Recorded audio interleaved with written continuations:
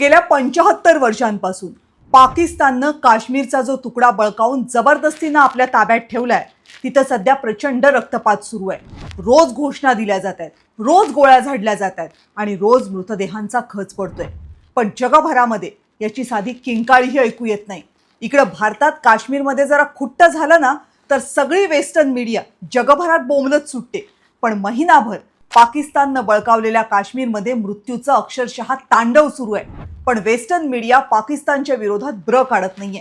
भारतामध्ये मानवाधिकारांच्या नावानं गळा काढणाऱ्या सगळ्या जागतिक संघटनांच्या कानांवर पाकिस्ताननं जणू पडदे टाकले। पाकिस्ताननं बळकावलेल्या काश्मीरमधील जनता ओरडून ओरडून सांगते, आमच्या हक्कांकडे बघा। पण अमेरिका आणि युरोपमधल्या संघटनांना ते साधं ऐकू जात नाहीये। पण पाकिस्ताननं बळकावलेल्या काश्मीरमध्ये अचानकपणे एवढा हिंसाचार का सुरू झालाय आणि यावर वेस्टर्न मीडिया आणि मानवाधिकार संघटना इतक्या मूग गिळून का गप्प आहेत आणि भारताची या बाबतीतली भूमिका काय आहे हा सवाल आहे। 1947 ला भारत स्वतंत्र होताना पाकिस्ताननं जम्मू काश्मीरमधला काही भाग आणि गिलगिटचा बाल्टिस्तानचा भाग गिळला।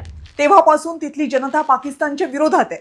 पण सैनिकी बळावर आणि राजकीय डावपेच करून पाकिस्तान कायम या प्रदेशावर अत्याचार करत राहिला।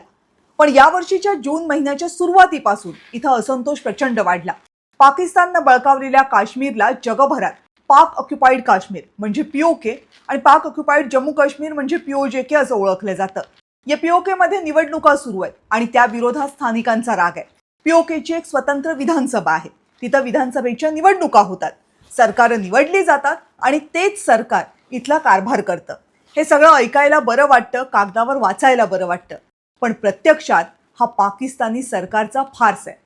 कारण इथं निवडणुका होतात त्या फक्त नावाला। पीओके मधल्या काश्मीरला खरं तर कसलाही अधिकार मिळणार नाही याचीच तजवीज इस्लामाबाद कायम करत आलं।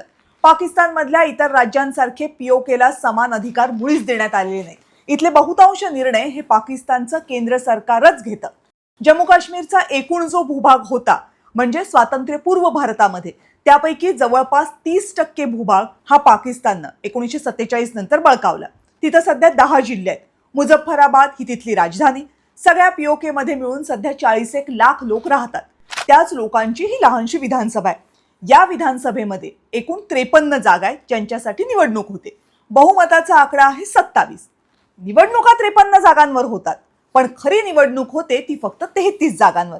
कारण इथल्या 12 जागा या काश्मीरी शरणार्थींसाठी अशा नावानं राखीव आहेत। 5 जागा महिलांसाठी राखीव आहेत, 1 जागा टेक्नोक्रॅट, 1 जागा धार्मिक गुरु आणि 1 जागा विदेशी काश्मीरींसाठी राखीव आहे। काश्मीरी शरणार्थींसाठी ठेवलेल्या 12 जागा हा पीओके मधल्या वादाचा मुख्य मुद्दा आहे। काश्मीरी शरणार्थी म्हणजे कोण तर 1947 ला जे भारतातून इथे गेले आणि कधीतरी वाद मिटेल, संपूर्ण काश्मीर पुन्हा एक होईल या आशेमध्ये तिथेच राहिले ते, त्यांच्यासाठी या जागा राखीव ठेवण्यात आलेल्या आहे। पण काश्मीरी शरणार्थींच्या नावावर पाकिस्तान सरकार डाव खेळत राहिलं। कारण काश्मीरी शरणार्थींच्या नावावर इस्लामाबादनं कायम असे प्रतिनिधी दिले जे पीओके मध्ये राहतच नाहीत आणि जे इस्लामाबादच्या शब्दाबाहेर नाही।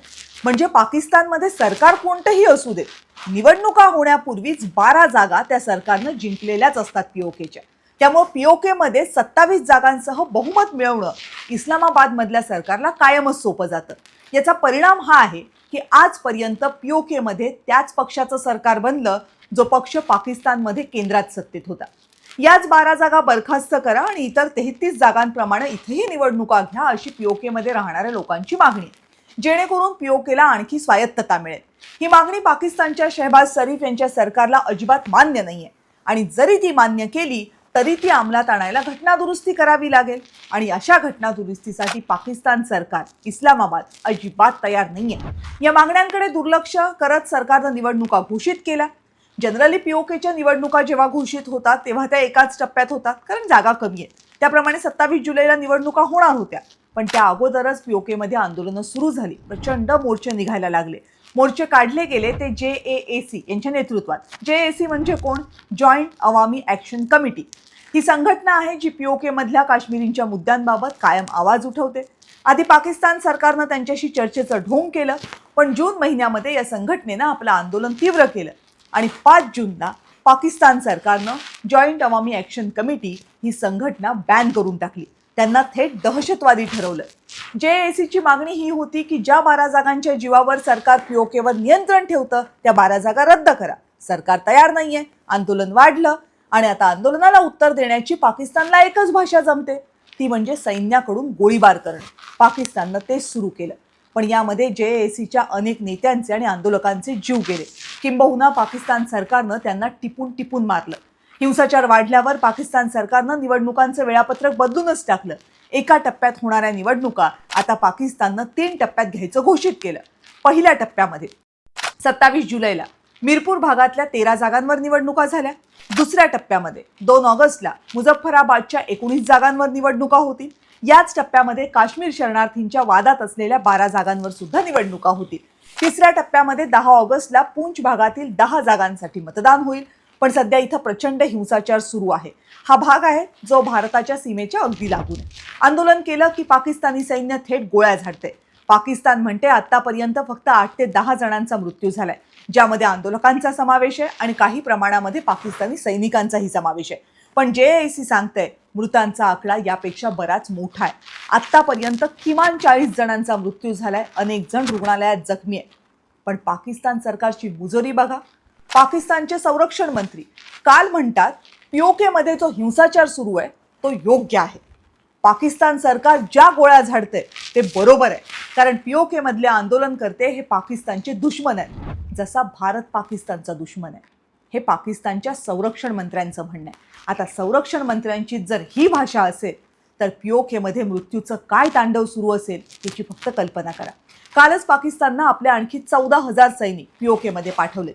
निवडणुका सुरू असल्या तरी सध्या POK मध्ये प्रचंड दहशतीचं वातावरण आहे. मोठ्या सभा आणि रॅलीज काढण्याची उमेदवारांची हिंमत होत नाहीये, कारण कुठं कधी गोळीबार होईल याची खात्रीच नाहीये. गेले 40 दिवसांपासून POK मध्ये ना मोबाईल सुरू आहेत ना इंटरनेट सेवा सुरू आहे. POK जगापासून पूर्णपणे तुटले. आंदोलनात सहभागी झाले म्हणून पाकिस्तान सरकारनं POK मधल्या काही शाळांची सुद्धा मान्यता काढून घेतल्याची माहिती आहे. भारतानं या बाबतीमध्ये आपली भूमिका स्पष्ट केली आहे.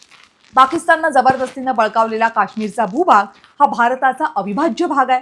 हा भाग जबरदस्तीनं आपल्या ताब्यात ठेवण्यासाठी आणि तिथं राहणाऱ्या लोकांच्या मानवाधिकारांचं केलं जाणारं उल्लंघन झाकण्यासाठी पाकिस्तान या निवडणुकांचा फार्स करतं. गेल्या अनेक वर्षांपासून पाकिस्ताननं बळकावलेल्या काश्मीरमधल्या स्थानिकांना त्यांच्या हक्कांपासून वंचित ठेवलं गेले. त्यांचं आर्थिक शोषण केलं गेले.